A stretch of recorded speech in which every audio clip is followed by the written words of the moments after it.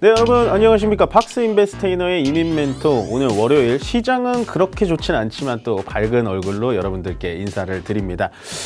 시장 자체가 좋지 않을 때는 늘 저희 박스인베스트이너에 들어오셔가지고 저희 어벤져스님들과 앞으로의 산업에 대해서 공부해 보시는 게 가장 좋다. 안 올라가는 시장 굳이 이렇게 지켜보시면서 왜 안 올라가지 막 스트레스 받으시다기보다는 그냥 에어컨 좀 켜 놓으시고 TV 앞이나 유튜브 시청하시면서 저희한테 많은 도움 받아가셨으면 좋겠습니다.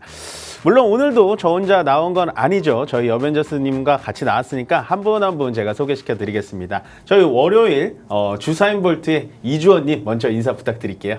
네, 안녕하세요. 오늘도 발빠르게 돌아온 주사인 볼트 이주원입니다. 미국 시장 약간 부진하면서 우리 코스피, 코스닥, 우리 시장도 어려웠죠. 이런 어려운 상황에서도 우리 함께 발빠르게 대처하는 방법 오늘 알아가 보면 좋겠습니다. 네, 바로 이어서 저희 애덤 수민스 김수민 씨 또 인사 좀 부탁드리겠습니다. 네, 안녕하세요. 마지막 주, 6월 벌써 마지막 주 월요일에 인사드립니다.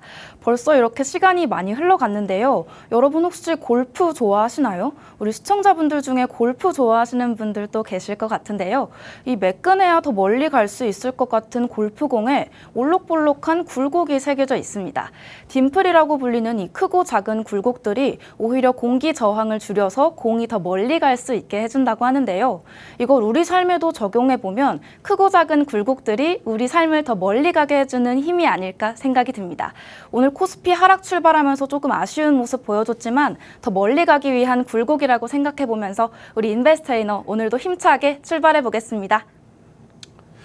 네, 저희 여벤져스님 말처럼 6월 달이 벌써 마지막 주에 봉착을 했는데요. 뭐 지수는 전체적으로 좀 올라갔지만 아마 여러분들의 종목은 그렇게 재미는 있지 않았을까라는 좀 염려를 좀 끼치면서 오늘 2024년 6월 24일 마감 시황부터 간단하게 좀 소개시켜 드리겠습니다.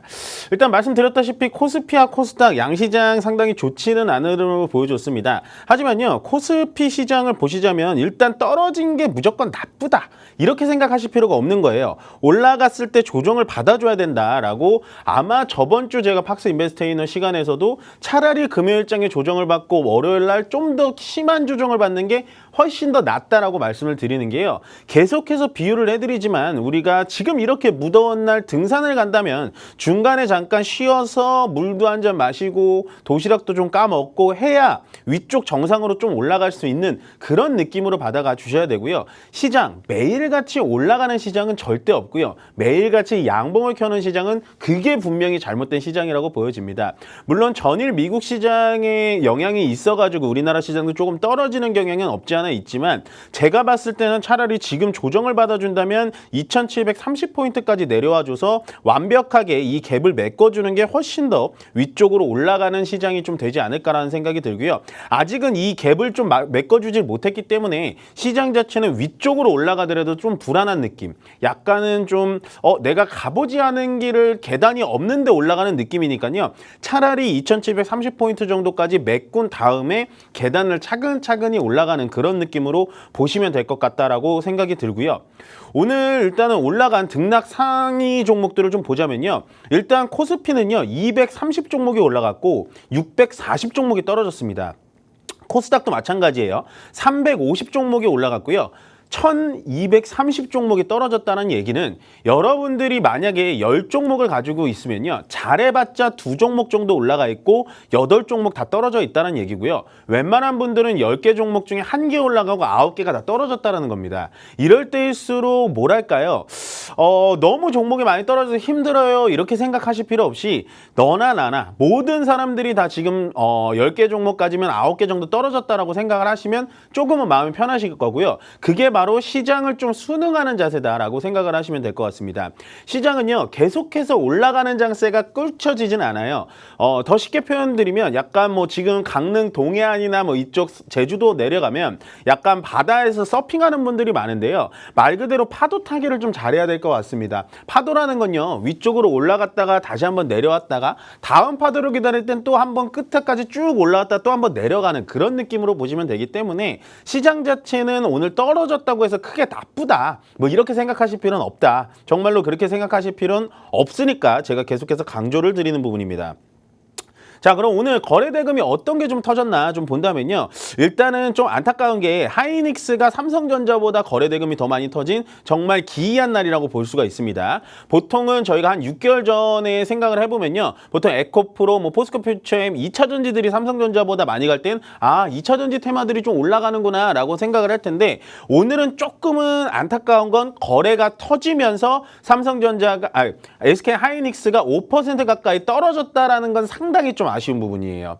차트적으로 보자면요. 일단은 차트가 지금 뭐 완전히 꺾였다, 추세가 끝났다라고 말씀드리기는 어렵지만 제가 23만 원 이상 자리에서는 어느 정도 수익 실현하시는 게 맞다라고 말씀을 드렸고 이게 바로 하이닉스는 보유자의 영역이니까 우리는 하이닉스보다는 삼성전자 쪽으로 보는 게 훨씬 더 유리하다라고 말씀을 드렸던 이유가 바로 이거예요. 결국엔 엔비디아가 계속해서 올라갈 수는 있지만 엔비디아가 떨어지면 당연히 하이닉스는 떨어질 수밖에 없는 구조입니다. 왜냐하면 하이닉스의 전체적인 HBM이라는 반도체는 엔비디아에 100% 납품을 하기 때문에요. 엔비디아가 조정을 받으면 하이닉스도 조정을 받을 수 없기 때문에 지금은 보유자의 영역이긴 합니다만은 제가 21만 한 3, 4천 원 정도 자리까지는 최고의 제일 지지선이라고 보여지기 때문에 만약에 이 자리를 깨고 내려온다라고 하면 반도체는 그때부터 좀 조정을 받아줄 수 있다라고 말씀을 좀 드릴 수 있습니다. 오늘 반도체 전체적인 종목에서 좀 조정을 받는데요. 개중에서 가는 종목도 있고 역시 조정을 받는 종목들이 있는데 그거에 대해서 종목 선택은 아마 여러분들이 좀 해주셔야 될 것 같고요. 그에 반해서 삼성전자는 오늘 0.75% 8만 원짜리를 지켜주면서 역시나 견고한 흐름을 보여주고 있는데 약간 이렇게 착각하시는 분들이 있어요. 하이닉스가 보유자의 영역이라고 했고 삼성전자가 괜찮다라고 말씀을 드렸다는 이유는 무조건 하이닉스가 나쁘고 삼성전자가 좋아요 이게 아니라 우리가 만약에 신규로 들어가게 된다면 하이닉스는 너무 고단가이기 때문에 굳이 신규로 들어갈 필요가 없고 만약에 내가 반도체에 관심이 있다면 그거는 삼성전자가 굳이 하이닉스와 삼성전자를 택하자면 삼성전자가 지금은 좀 낫다. 배열상으로도 약간 정배열로 바뀌는 삼성전자의 위치이기 때문에 이번에 한번 올라가게 되면 또 86,000원짜리까지 올라갈 수 있지 않을까 그런 생각이 좀 듭니다. 나머지는 뭐 크게 없고요. 거래대금 에서 터진 거 오늘 GS 글로벌이라 됐든 포스코 인터내셔널이 됐든 역시나 대왕고래 시추 관련된 종목들이 조금 올라와줬고요. 코스닥도 오늘 좀 약한 모습을 보여줬는데 역시나 3,000당 제약이 위쪽에서 매물 소화를 하면서 마이너스 8% 정도 눌러주면서 전체적으로 코스닥도 그렇게 좋은 움직임을 보여주진 않았습니다. 코스닥을 잠깐 보여드리자면요. 일단은 코스닥은 전저점인 830포인트까지는 또 내려올 수 있는 가능성이 농후해졌다라고 보시면 되는데 그러면은 위쪽으로 좀 더 올라갈 수 있는 확률은 코스피보다는 코스닥이 좀 더 올라갈 수 있다라고 보여집니다. 왜냐면요. 코스피는 일단 위쪽에 쉬어가지고 위쪽에 올라가가지고 위쪽에서 쉬고 있는 듯한 움직임이고요. 코스닥은 아직 올라가 주지도 않았는데 밑에서 또 한 번 쉬고 있는 그런 타점이기 때문에 아마 코스닥이 위쪽으로 올라가려면 제약바이오와 2차 전지 쪽이 좀 올라가줘야 될 것 같고요. 역시나 코스피가 2,800을 넘나든다 막 이런 얘기가 나올 때 코스닥은 최소한 많이 양보해서 900포인트 정도까지는 올라가야 그래야 우리나라 시장이 전체적으로 정상적인 흐름이다. 이렇게까지 좀 정리를 해드리면 될 것 같습니다. 네, 아마 오늘 시장 좀 많이 힘드셨을 겁니다. 양시장 많이 떨어졌고요. 그 다음에 양시장에 대해서 지금 좀 혼란적인 부분이 좀 많으실 텐데 특히나 뭐 하이닉스를 만약에 신규로 들어가셨던 이런 분들은 많이 혼탁하실 텐데요. 시장 자체는 장기적으로 보라고 늘 말씀을 드렸죠. 시험시험 장기적으로 가다 보면 어느새 2,900포인트, 3,000포인트까지 올라갈 수 있다라고 계속해서 말씀드리면서 이런 시장에서 절대로 겁먹지 말자. 끝까지 버티자. 이런 말을 좀 마지막에 전달해드리도록 하겠습니다. 네, 그럼 오늘 마감 시간은 여기까지 드리면 될 것 같고요. 역시 저희 어벤져스 두 분이 준비하신 오늘의 핫 이슈 테마 들어봐야겠죠. 저희 주사인볼트 이주원님께서 먼저 준비하신 핫 테마 들어보겠습니다. 네, 제가 준비한 핫 이슈 주택 시장입니다. 여러분, 내 집 마련하기 너무 어려우시죠? 이 이야기는 제가 어릴 때 들었는데요. 지금까지도 이게 완화되지 않고 심화되는 모습입니다. 그런데 아파트 가격이 더 오른다고 합니다. 특별히 이 내 집 마련이 어려운 거는 서울에서 더욱 심한데요. 서울과 지방의 이 양극화가 심해질수록 지역 소멸만 이루어질 텐데 이 주택값에 대한 문제를 어떻게 해결하면 좋을까요? 이 주택값에 대한 문제는 비단 한국만의 문제는 아닙니다. 이 영국, 미국, 독일과 같은 선진국들도 이 문제를 겪고 있는데요. 근데 이 선진국들 좀 더 진취적인 방법으로 이슈를 대처하고 있다고 합니다. 그렇다 해도 영국인, 호주인 같은 경우에는 우리 같은 그 주택을 대하는 마음과 조금 다르기 때문에 차이가 있을 것으로 보이고요. 미국은 고금리 시대이므로 역대 최고의 집값을 피하지는 못할 것 같습니다. 하지만 이런 상황에서도 우리나라가 개선해야 될 부분 분명히 있을 것 같습니다. 이 선진국들은 3개월 혹은 월마다 발표를 하고 있는데 주택값을 발표하고 있는데요. 우리나라는 주마다 발표를 하고 있죠. 이런 것들이 투자 심리에 과하게 영향을 미치면서 집값을 올리기도 한다고 합니다. 그래서 일각에서는 우리도 월별마다 발표를 해야 된다라는 이야기도 있습니다. 그래서 한국은 한국 나름대로 우리 한번 방법을 찾아보고 있는데요. 우리 젊은 세대가 내 집 마련할 수 있는 유일한 방법, 주택 청약이 아닐까 싶습니다. 요즘 정말 아기 울음소리 듣기도 정말 힘들잖아요. 그런데 이 저출산과 주택금을 자기 주택을 가질 수 있는 기회까지 제공하겠다는 취지에서 우리 정책을 한번 내놨는데요. 신규 출산 가구에 특공 기회를 한 번 더 준다는 것입니다. 이는 신혼이든 아니든 상관없고요. 결혼 전 본인 청약 이력도 리셋되는 만큼 파격적인 조건인데요. 그럼에도 불구하고 아이 하나를 낳고 기르고 키우는 데에 많은 희생과 많은 재정적 투자가 들어가는 만큼 계산을 좀 해봐야 될 것 같습니다. 그래도 어쨌든 우리 인베스테이너 주식 종목 모르고 갈 수는 없겠죠. 오늘 주택 이야기 했으니까요. 주택 관련 종목들 소개해드리도록 하겠습니다. 일성건설, 덕신하우징, 이스타코, 정산애강 등이 있습니다. 이렇게 어려운 주택 시장 속에서도 약간의 여유를 챙길 수 있도록 주식 공부 함께 해보시면 좋겠습니다. 네, 오늘 주원 씨의 주제를 받아보니까요. 역시 저희 팍스 인베스테이너 무조건 뭐 주식시장에 국한된다라기보다는 약간은 부동산의 현재 좀 문제점과 거기다가 현재 신규 청약이라든지 뭐 아이돌봄이라든지 이런 거에 엮여서 앞으로의 주택시장의 움직임에 대해서 조금 체크를 하는 시간이 있지 않았나라고 생각이 들고 부동산 시장에 대해서 좀 네. 심각하게 보시는 것 같은데. 네, 심각하게 보는 것보다 좀 젊은 세대가 자기 부양을 할 수 있는 게 부동산이 가장 유력하지 않을까라고 생각을 해봅니다. 혹시 그럼 청약 통장을 좀 따로 마련하는 게 있으세요? 네, 있죠. 아, 있으세요? 네.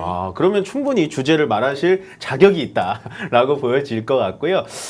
맞습니다. 지금 앞으로는 공급은 정말 엄청난데 서울에 딱 이렇게 남산에 딱 들어가면 아파트가 정말 많은데 내 집은 한 채도 없다 이런 짤들이 많은데요. 그런 식으로 아마 집을 한 채도 참 구하기도 참 어렵고 지금은 봉급은 올라가지 않았는데 아파트 값은 올라갔고 또 3년 전에 영끌했던 사람들은 아파트 값 떨어지고 고금리에 날리고 뭐 이런 것들을 다 조금 이따 정리를 해드릴 테니까요. 조금만 기다리시면 될 것 같습니다.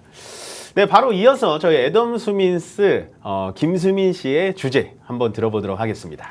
네, 제가 오늘 준비한 핫이슈 바로 전력입니다. 우리 핫이슈 얘기하기에 앞서서 이 폭염 얘기를 안 할 수가 없겠는데요. 요즘 날씨가 정말 덥습니다. 비 오면서 한풀 꺾이나 했었는데 햇살이 정말 뜨겁다 못해 따가운데요. 이렇게 더우면 남은 여름은 어쩌나 하는 생각이 들 정도입니다.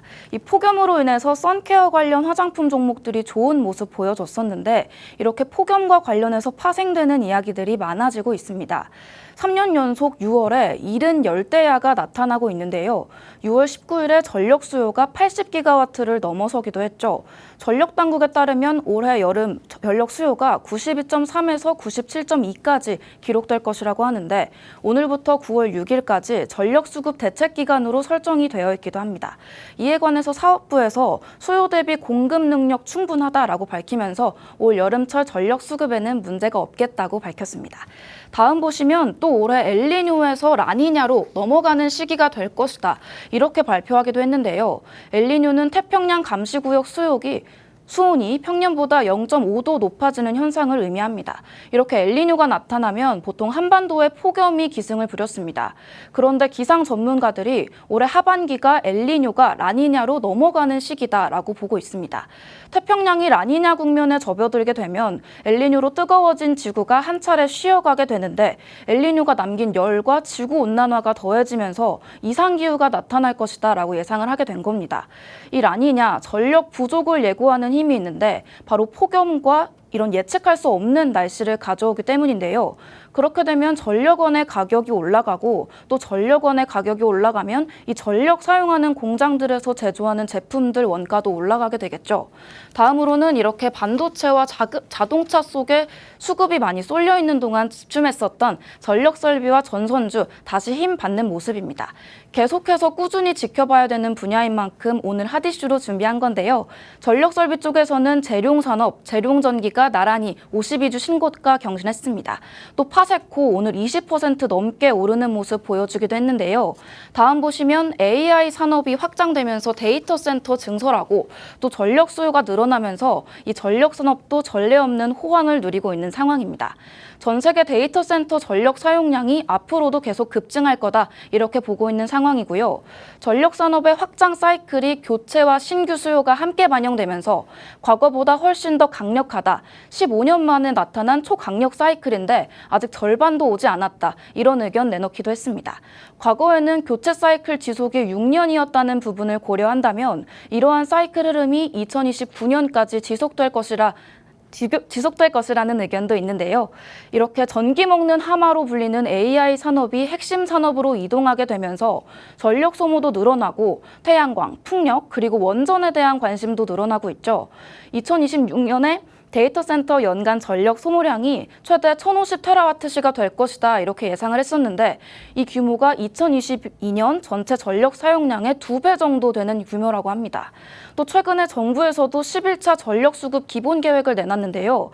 관련해서 2038년까지 더 많은 전력이 필요할 것이라고 봤습니다. 다음 보시면 변압기 수요로 실적이 껑충 뛰었다. 변압기도 결국에는 수출주다. 이런 모습입니다. 최근에는 화장품과 식품주가 수출주로서 활약해 주시기도 했는데요. 마찬가지로 전력 관련 주식들도 수출 모멘텀 갖춘 종목으로 강세 보여주고 있습니다. 네, 관세청 발표로 수출입 현황 잔정치도 나왔는데 변압기 중대용 쪽에서 수출 금액이 전년 동기 대비 무려 133%나 증가했다고 합니다. AI 수요 급증에 따라서 호황이 반영된 수치라고 볼 수 있겠고요. 이런 수출 데이터들이 앞으로도 지속될지 계속해서 지켜봐야겠습니다.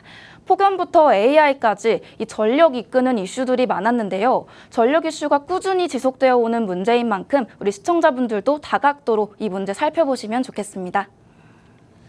네, 굉장히 뜨거운 테마죠. 전력 테마. 아직 저도 끝났다라고 생각들진 않지만 주가는 정말 많이 반영이 돼 있는데 주가가 올라가 있는 상태에서 다 지금 약간은 좀 눌러주고 있는 듯한 느낌이 드는데요.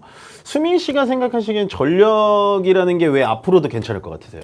아무래도 데이터 센터가 아주 핫한데 계속해서 전기를 많이 쓰는 종목이다 보니까 전력이 계속 인기 있지 않을까 싶습니다. 근데 여기서 우리가 좀 한 가지 의문이 드는 게 우리나라만 전선을 만드는 게 아니잖아요. 네. 근데 왜 우리나라 종목들이 이렇게 잘 갈까요? 우리나라 데이터 센터에서 전력 소모량이 가장 많다 이런 기사 보기도 했었는데 아무래도 우리나라에서 생산해서 우리나라가 쓰다 보니까 앞으로도 전망 좋지 않을까 이런 생각 듭니다. 맞아요. 전력이라는 건 지금 또 핫하게 여름이 또 다가오다 보니까 전력 설비의 전력 소모량 이런 것들 얘기 나오고 신재생 에너지 얘기 나오고 해저 케이블 또 증설해야 된다. 지금 전력은 남아 도는데 그걸 이동할 전선이 없다. 이런 얘기가 나오면서 아직도 전선주에 대해서는 지금 주가가 제가 봤을 때도 끝난 것 같지는 않습니다. 아마 그거에 대해서도 여러분들 좀 심도 있게 제가 말씀드릴 테니까요. 제가 자리를 이동하기 전에 여러분들은 항상 TV 앞에서 채널 고정해 주시면 될 것 같습니다.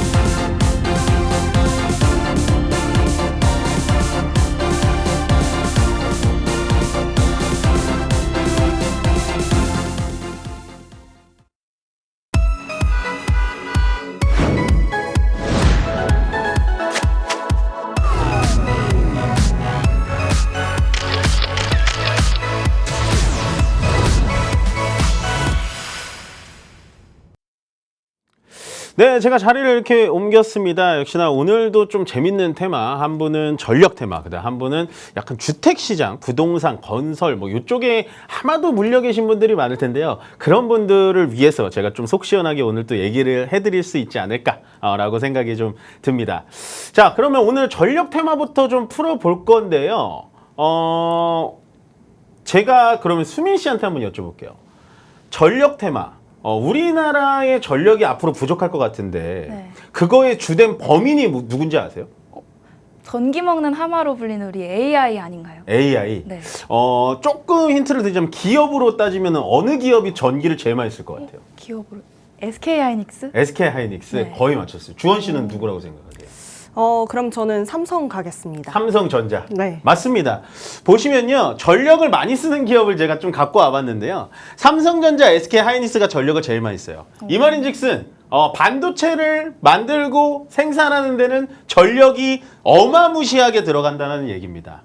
예, 반도체의 생산량에 따라서 전력이 많이 필요로 하는데요. 여기서 막간 퀴즈를 하나 더 드리자면 반도체를 생성할 때 전기, 그 다음에 또 뭐가 중요할까요?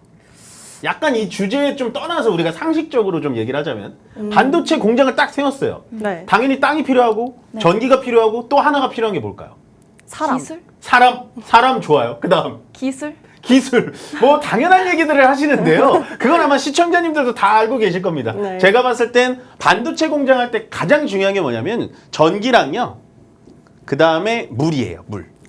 예, 물도 초순수라고 그래가지고 그냥 일반적으로 우리 수돗물로 쓰면 반도체가 다 에러가 나요. 굉장히 깨끗한 0.01%의 초순수 물이 들어와야 되는 겁니다. 한마디로 앞으로 계속해서 가뭄 사태가 일어나고 물이 부족한 사태가 일어나는데 계속해서 반도체 공장을 증설한다? 아무런 나라도 쉽게 말려들질 않습니다. 지금 대만의 폭스콘이 됐던 대만의 TSMC가 전기도 전기가 문제지만 이 물 공급량이 부족해져가지고 먹는 물도 부족한데 반도체를 만들고 있냐? 요거에 대해서 굉장히 따지고 있는 실정이라는 거 여러분들 이 정도는 좀 알고 가시는 게 좋을 것 같고요. 그래서 국내 대기업들의 전력 사용망 중에서 보시면 거의 삼성, SK, LG가 다 전기를 다 써요. 네. 근데 뭐 예상하셨다시피 제철, 현대제철이나 포스코도 전기를 많이 씁니다. 왜냐하면 용광로라는 걸 또 만들어야 되기 때문에. 그렇지만 압도적으로 높은 건 뭐다? 반도체. 반도체. 아, 반도체. 네, 반도체라고 보시면 될 것 같고요. 그래서 우리나라가 준비한 게 있습니다. 너무나 전력망이 부족하다 보니까 우리가 준비해야 될 거 바로 이 신재생 에너지, 태양광과 풍력 발전인데요. 현재 우리나라 여기 빨강색으로 표시가 돼 있는데 수준이 어떤 것 같으세요, 여러분? 중간 정도에 있는 중간? 것 같아요. 네. 주원 씨는? 그래도 높은 편 아닌가요? 아, 그래요? 여기 이렇게 높은 애들이 있는데요, 이렇게. 어... 네. 유럽 국가들은 일단 대부분 다 높고요. 유럽 국가들은 정말 다 높고요. 보통 아시아 국가들이 되게 낮습니다. 아시아 국가들이 낮고 한 미국이나 아메리카 뭐 이쪽도 뭐 상당히 낮은 편은 아닌데 보통 친환경을 중요시하는 유럽 쪽이 엄청나게 높아요. 우리나라는 아직 한참 멀었어요. 한참. 네, 아무리 많이 짓는다고 해도 태양광 풍력은 한참 멀고요. 우리나라가 이 신재생 에너지가 굉장히 낮은 이유가 뭐라고 생각하세요? 땅이 좁아서? 그렇죠. 방금 여기서는 약간 이상한 말씀을 해주셨는데, 맞습니다. 이게 태양광, 풍력 이런 거를 하려면요, 일단은 땅이 넓어야 돼요. 태양광 같은 경우에는 진짜 지면을 많이 먹고, 아무리 풍력, 뭐 해상 풍력 뭐 이런 거 얘기하는데, 그래도 땅덩이가 어느 정도 좀 넓어야지 이런 발전이 다 가능한 겁니다. 더군다나 우리가 이제 세계 10%도 못 미치는 현황이긴 한데요, 그만큼 전기를 많이 쓰는 나라긴 해요. 예, 그렇지만 그만큼 전력망이나 전선이 굉장히 인프라가 잘 구축이 돼 있습니다. 삼성전자와 SK 하이닉스 때문에. 네. 자, 이게 바로 이제 지금 현 정부 윤석열 정부가 들어와가지고 에너지에 대해서 재정립을 한 그런 차트인데요, 그런 그림인데요. 원전 비중 확대라고 나와 있죠. 네. 예, 역시나 기존 석탄 에너지, 화학 에너지로 너무 부족하니까 원전을 확대한다. 그래서 원전주들이 좀 날아갔고 재생 에너지 비중 조정. 이라는 건 뭐냐면 신재생 에너지의 비율을 좀 더 높이겠다라는 겁니다. 그렇지만 태양광과 풍력은 주원 씨가 얘기하신 것처럼 땅덩이가 너무 좁기 때문에 어느 정도 한계가 있어서 원전의 비중을 확충하겠다라는 거고요. 마지막은 우리 수민 씨가 준비한 게 바로 이거예요. 전력망 구축. 네. 지금 이 전력망 구축이 왜 중요하냐면요. 예를 들어서 우리가 여기 이렇게 제가 그림을 살짝 그려볼게요. 풍력을 하나 그렸고 태양광을 하나 기판을 이렇게 그렸어요. 네. 얘네들이 전기를 이렇게 만들잖아요. 네. 그러면 이 전기를 남아서 못 써요. 이거 아셨어요? 이 전기가 남아가지고 이송을 하는데 이 전선망이 너무 얇아가지고 여기에 전기가 남아 있어요. 아, 그러니까 우리는 지금 과잉 생산을 하고 있는데도 불구하고 전선망이 약하다 보니까 이송을 하지 못한다는 겁니다. 예, 그래서 여기서 필요한 게 또 뭘까요? 그러면 이 전기가 남는데 필요한 건 뭘까요, 여러분? 전선? 해죠? 네. 전선? 네. 네, 여기서 필요한 건 뭐냐? 전선을 두껍게 만드는 거 다 좋은데요. 여기서 필요한 건 바로 ESS, 에너지 저장 장치입니다. 여러분들 더 쉽게 말씀드리면요. ESS라는 건 뭐냐면 예전에 요즘에는 좀 덜 쓰시긴 하시는데 예전에 휴대폰 갖고 다닐 때 이렇게 연결해가지고 보조 배터리 들고 다니셨잖아요. 네. 약간 그런 느낌으로 보시면 되는 거예요. 에너지 전기 생산이 남아 도는 거를 ES 저장 장치에 남겨뒀다가 그 다음날 쏴주는 거죠. 지금은 전기를 거의 낭비하고 있는 그런 실정입니다. 자, 보시면요. 이거는 우리나라가 아니고요. 베트남이에요. 네, 베트남인데 베트남 지금 이 사진 상태가 어때요, 여러분? 너무 정전 난 건가요? 네, 정전 난 거예요. 어. 네, 왜냐하면 베트남에 우리가 공장을 많이 짓잖아요. 네. 인건비가 싸니까. 근데 우리나라만 짓는 게 아니고 해외 다수의 기업들이 베트남에 진출을 했어요. 근데 전기를 막 갖다 쓰다 보니까 전체적으로 이 정부 말고는 다 지금 어두컴컴해졌죠. 아. 이게 바로 지금 현재 상황입니다. 그러니까 베트남의 진출, 인도의 진출, 정전이 지금 밥을 먹듯이 나오고 있는 상황이라는 거죠. 예, 상당히 좀 심각한 상황인데요. 그러기 위해서 우리가 아까 신재생, 태양광 풍력은 좀 한계가 있고 지금 가야 되는 건 원전입니다. 예, 원전으로 가져야 되는 건데요. 원전의 가동률이 여러분들이 지금 이 그림을 봤을 때 어떨 것 같아요? 앞으로. 앞으로 더 높아질 것 같아요. 그죠? 증가할 것 같아요. 원전 가동률이 높아져야만 되겠죠. 네. 왜냐면 전력망이 필요하고 전기가 정말로 많이 필요한데도 불구하고 지금 그걸 옮길 수 있는 전선도 없을 뿐더러 태양광과 풍력으로는 앞으로 한계가 분명히 올 거기 때문에 지금은 원전 가동률이 위쪽으로 쭉 우상향하는 모습이라고 보여집니다. 예, 이렇기 때문에 원전이 좀 필요할 것 같고요. 요게 이제 앞으로 전체적인 에너지 비중을 나타내는 건데요. 여기 보시면 요 회색이 석탄이거든요, 여러분. 네. 석탄이 점점 줄고 있죠. 있어요. 네, 줄고 있고 그다음에 원전 에너지가 점점 늘어나고 있어요. 엄청나게 늘어나고 있죠. 네. 근데 같이 늘어나고 있는 건 LNG, 가스. 네, LNG 가스. 그러니까 석탄 발전만 조금 줄어드는 느낌을 받으시면 되고요. 원전과 LNG는 앞으로의 미래 먹거리다 아니다? 먹거리다. 먹거리죠. 네, 앞으로 미래 먹거리라는 거예요. 그러니까 우리가 전선, 전압 뭐 이런 거 해가지고 변압기, 전선 뭐 이런 거에만 집중할 게 아니라 앞으로 이 에너지들을 만들어내야 되는 LNG와 원전에 집중해봐도 되지 않을까라고 생각해서 제가 약간은 다른 관점으로 문제를 좀 풀어본 거고요. 당연히 전선, 변압기, 뭐 해저 케이블 다 필요하겠죠. 다 필요한데 주가 자체가 지금 어떻게 되어 있냐는 거예요. 예, 얘가 전력 관련 대장주의 움직임입니다. 이거 지금 월봉일까요? 일봉일까요? 주봉일까요, 여러분? 설마 일봉? 이거요? 네. 일봉이에요? 월봉? 월봉? 월봉이에요. 자, 보시면 이거 제가 그 전까지는 못 갖고 왔습니다. 2023년도까지는 얘가 움직이질 않았어요. 움직이질 않다가 24년도에 얘가 몇 배나 튀었나요, 지금? 7배가 튀었습니다, 여러분. 와. 예, 얘 종목 이름이 뭘까요? 전산? 이름은 잘 몰라도 예, 큰 회사. 큰 회사. 네. 얘가 전력 관련된 회사, HD 현대 일렉트릭이라고 들어보셨어요? 아, 네. 네, HD 현대 일렉트릭 그 회사입니다. 이 월봉인데요. 이걸 지금 여기 위쪽에서 따라 붙을 수 있을 것 같아요? 쉽지 않겠네. 뭐 네. 어려울 것 그러니까 우린 투자 관점을 바꿔서 원전이나 LNG 쪽으로 가는 게 훨씬 더 낫다라고 보시면 될 것 같고, 그렇지만 지금 이 전선 관련된 종목들이 끝났을까요? 아니면 아직 조금 남아 있을까요? 아직 아직 조금 조금 남았다. 더 남았다. 우리가 보는 건 바로 그거죠. 네. 원전을 보는 거, LNG 보는 거 다 좋은데 네. 일단은 우리 오늘 말해야 되는 테마가 전선 쪽인데요. 전선 쪽의 차트를 잠깐 보기 전에 제가 요거를 말씀드릴게요. 여러분들 혹시 매집 차트라고 들어보셨어요? 매집? 아니요. 매집 차트? 매집 차트 못 들어봤어요, 두 분? 네. 자, 맷집이 좋다 이런 건 들어봤는데. 그쵸. 그런 건 좋아요. 매집이라는 의미, 국어사전 의미를 우리가 한번 읽어볼까? 물건을 사서 모음. 그렇죠. 이거를 주식으로 바꾼다면 거래량이 많은 주식. 그치. 요거 물건을 없애고 주식으로 바꾸어서 주식을 사서 모은다라는 차트가 바로 이 매집 차트라는 겁니다. 지금요 모든 전선 종목들이 다 이 매집 차트를 보여주고 있어요. 자, 매집 차트를 한번 들어가 보겠습니다. 이게 대한전선 차트인데요. 얘가 왜 제가 매집 차트라고 부르는 걸까요? 최근에 거래량이 늘어나서? 네. 보시면 주가가 올라갈 때 거래를 물고 들어갔죠. 네. 근데 주가가 떨어지고 횡보할 때 거래가 있을까요? 없을까요? 없어요. 없어요. 예. 그러면 이런 종목들을 무조건 이렇게 오해하시면 안 됩니다, 시청자님들. 지금 그럼 이 자리에서 사면 무조건 수익 나나요? 그러면 무조건 먹나요? 이렇게 하시는데 이런 매집 자리에서는요, 손절 라인도 정확하게 하고 들어가야 되는 거예요. 얘 손절 라인은 15만 5천 원 정도 자리 보이고요. 지금 자리에서 15만 5천 원, 나는 목에 칼이 들어와도 15만 5천 원짜리 손절하고 들어간다 라고 하면 이 자리 들어가도 돼요. 왜냐? 아직 이 거래를 만들어 놓은 이 주포 세력이라고 하는 사람들이 아직 팔고 나가지 않았으니까 얘는 위쪽으로 한 번 더 올라갈 수가 있어요.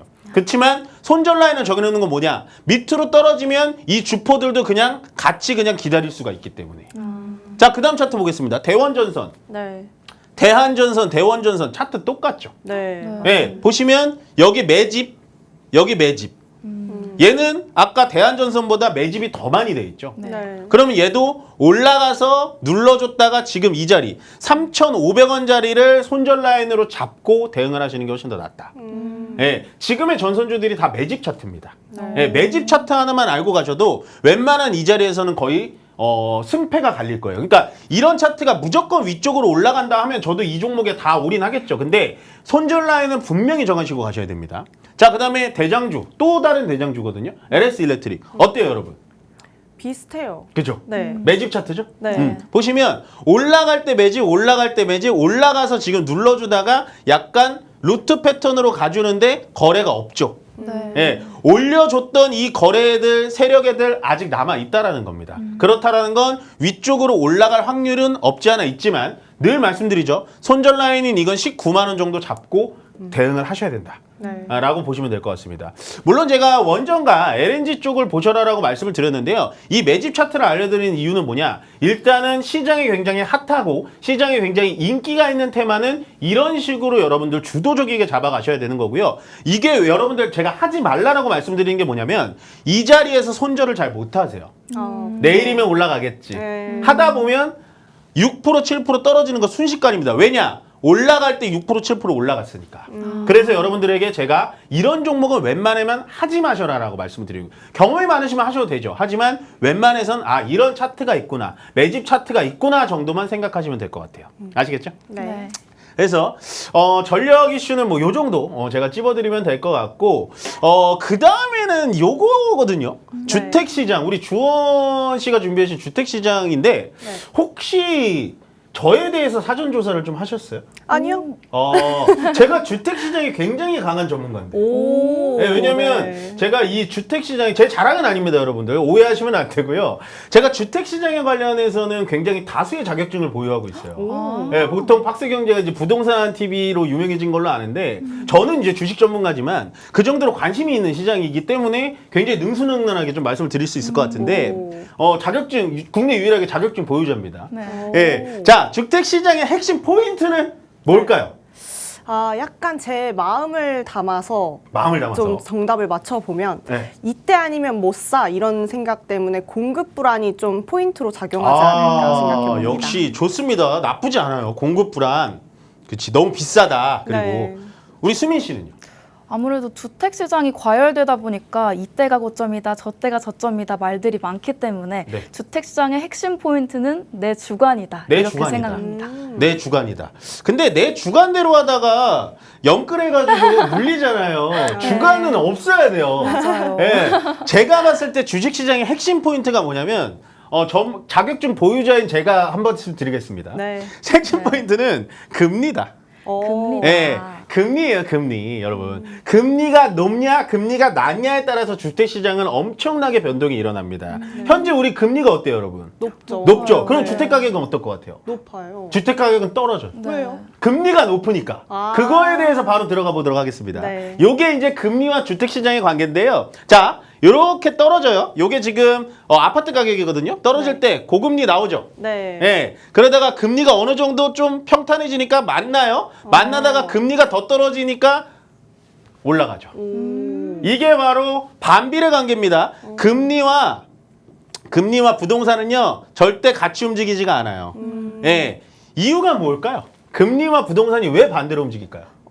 저처럼 이제 대출을 해서라도 사야 되는데 금리가 높으면 대출도 못 하겠고 이런 심리가 작용하지 않나요? 그렇죠. 그렇게 되면 미분양이 많아지겠고 아. 그렇게 되면 부동산은 공급은 많아지는데 필요한 사람은 많은데 살 사람이 없어지는 상황이 오는 거예요. 네. 그래서 고금리가 유도가 되면은 부동산 시장은 당연히 반대로 갈 수밖에 없는 겁니다. 계속해서 부동산 시장은 떨어졌는데 지금은 바닥 잡았다 많이 말들 하잖아요. 네. 근데 이게 부동산이 떨어지기 시작한 게 보통 3년 전부터였어요. 아. 네, 그렇게 생각하시면 됩니다. 그래서 제가 한마디로 드린 건 부동산 핵심 포인트는 금리다. 네, 금리의 움직임을 잘 보셔야 돼요. 자, 이거거든요. 부동산에 관심이 있으면 우리는 건설업 코스피 지수에 관심이 있어야 됩니다. 코스피 지수가 위쪽으로 이렇게 우상향하면서 올라갈 때 건설업 지수는 어떻게 됐나요? 건설업 지수는 떨어졌어요. 네, 건설업 지수는요. 한도 끝도 없이 지금도 떨어지고 있어요. 네, 지금도 떨어지고 있어요. 이게 바로 고금리 현상이 계속해서 진행되기 때문에 부동산 시장이 안 좋아서 건설업까지 안 좋아지는 겁니다. 예. 그러면 지금 부동산 시장은 저점일까요? 고점일까요, 여러분? 고점으로 가는 중? 부동산 시장 고점으로 가는 중. 수민 씨는? 저는 왠지 저점 같다는 생각이 아, 그래요? 듭니다. 두 분은 의견이 있으면 상이하긴 한데 금리가 이제 앞으로 더 그럼 제가 질문을 바꿀게요. 금리가 앞으로 더 올라갈까요? 떨어질까요, 여러분? 떨어져야죠. 떨어지죠. 네. 그다음 조금 아직 올라가지 않을까. 금리가 더 올라간다. 네. 그럼 제가 말씀드렸죠. 금리는 제가 봤을 때는 올해 동결을 하더라도요. 내년에는 떨어지겠죠. 네. 그러면 아파트값, 건설값 올라가겠죠. 네. 예, 그러면 현재 올해는 아마도 부동산 시장은 지금이 저점이지 않을까라는 합리적인 의심을 해볼 수가 있는 거예요. 틀릴 수도 있는 거예요. 그렇지만 금리의 상황을 봤을 때는 지금의 부동산 가격은 어느 정도 저점으로 형성이 돼 있지 않을까라는 이민 멘토의 자격증 있는 이민 멘토의 생각입니다. 예, 보시고요. 자, 그러면 여러분들 부동산의 건설업이 이렇게 밑으로 빠졌던 이유가 뭐냐면 전체적으로 부동산 PF 사태 때문이었어요. 아. 예. 부동산 PF 사태에 대해서 조금 요약해 주실 수 있는 분 있나요? 저는 못하겠습니다. 너무 어려운데요. 좋습니다. 좋아요. 자, 보시면 부동산 PF라는 거 제가 간단하게 말씀드릴게요. 네. 일단 시공사라는 예를 들어 뭐 주식회사 이민이 있어요. 네. 주식회사 이민이 있는데 주식회사 이민이 공사를 한대요. 예, 여기 뭐 우리 지금 사무실 옆에 공사를 세운다고 합니다. 그럼 건물을 세우려면 돈이 필요하잖아요, 여러분. 네. 네, 돈이 필요한데 저는 돈이 없어요. 네, 딱 봐도 없어 보이잖아요. 건물을 지을 만한 돈은 없어요. 네. 그러면 이때 PF라는 걸 사용을 합니다. PF를 사용하는 게 뭐냐? 은행아, 내가 건물을 지을 건데 나중에 다 분양하고 나서 돈 갚을게. 지금 좀 빌려줘. 라는 거예요. 어떠한 담보나 이런 담보 질권 설정 필요 없이 앞으로 내 건물은 지금 여기 종로에서 되게 잘 될 거니까 이거 다 분양받고 세입자 받고 나서 그 다음에 너한테 이자 쳐서 갚아줄게 라고 하는 겁니다. 이게 바로 PF 사태의 근본적인 원인이었어요. 자, 보시면 주식회사 이민이 그러면 건설을 짓습니다. 그런 다음에 건물을 졌어요. 건물을 졌는데 아까 주원 씨가 얘기한 것처럼 분양이 됐나요? 안 됐나요? 안 됐어요. 안 됐어요? 고금리니까. 아. 고금리니까 세입자들이 들어올 수가 없는 거예요. 네. 세입자들이 들어올 수가 없으면 주식회사 이민은 어떡할까요? 망했어요. 그렇죠. 이거 주식회사 이민이라고 하고 망했다고 들으니까 좀 기분이 이상한데. 자, 세입자가 안 들어오면 저는 망하죠. 그런데 저만 망하면 되는데 네. 은행한테 돈을 빌렸잖아요. 네. 그럼 은행도 망하는 거죠. 그럼 은행만 망하면 되는데 제가 이 건물을 혼자 지을 수가 있었을까요, 여러분? 아니요. 네, 당연히 하도를 주면서 여기 중소업체들이 한 10대 개는 있겠죠. 네. 뭐 토지 짓고 계단 짓고 창문 만들고 이런 데도 다 도산을 하는 거예요. 왜냐? 제가 갚지를 못하니까. 이게 바로 부동산 PF 사태입니다. 이해됐죠? 완벽하죠? 네. 네. 주식회사 이민이라고 해서 아마 이해가 더 많으셨던 것 같은데 저는 망하지 않았습니다. 예, 요게 이제 PF고요. 그러면 자, 부동산 PF라는 게 연체율이 중요한데요. 말 그대로 주식회사 이민이 돈을 못 갚은 날짜가 얼마나 오래 가고 있냐, 연체를 하고 있는 날짜 퍼센테이지가 얼마나 가고 있냐, 요거를 보셔야 되는데 PF 연체율이 지금 어때요, 여러분? 엄청 늘었네요. 심각해요. 네. 보기보다 굉장히 심각합니다. 지금 21년부터 23년까지 이렇게 쭉 올라갔는데요. 가장 심한 게 바로 이 증권사예요. 예, 증권사인데 현재 증권사는 그래도 원래 버는 돈들이 있으니까 조금 낮다라고 판단해서 아직 제가 봤을 때 언론에서 나오진 않는 것 같고 가장 심각하게 먼저 터졌던 게 바로 이 저축은행 쪽. 새마을금고 기억나세요? 네. 네, 지금도 새마을금고 뭐 좋은 지점, 나쁜 지점 막 나눠가지고 폐쇄한다 막 이런 얘기 나오잖아요. 네. 그게 바로 이 부동산 PF 때문에 다 나왔던 얘기예요. 새마을금고가. 예, 이렇기 때문에요. 부동산 PF는 지금도 상당히 조금 심각한 상황이지 않을까라는 좀 생각이 듭니다.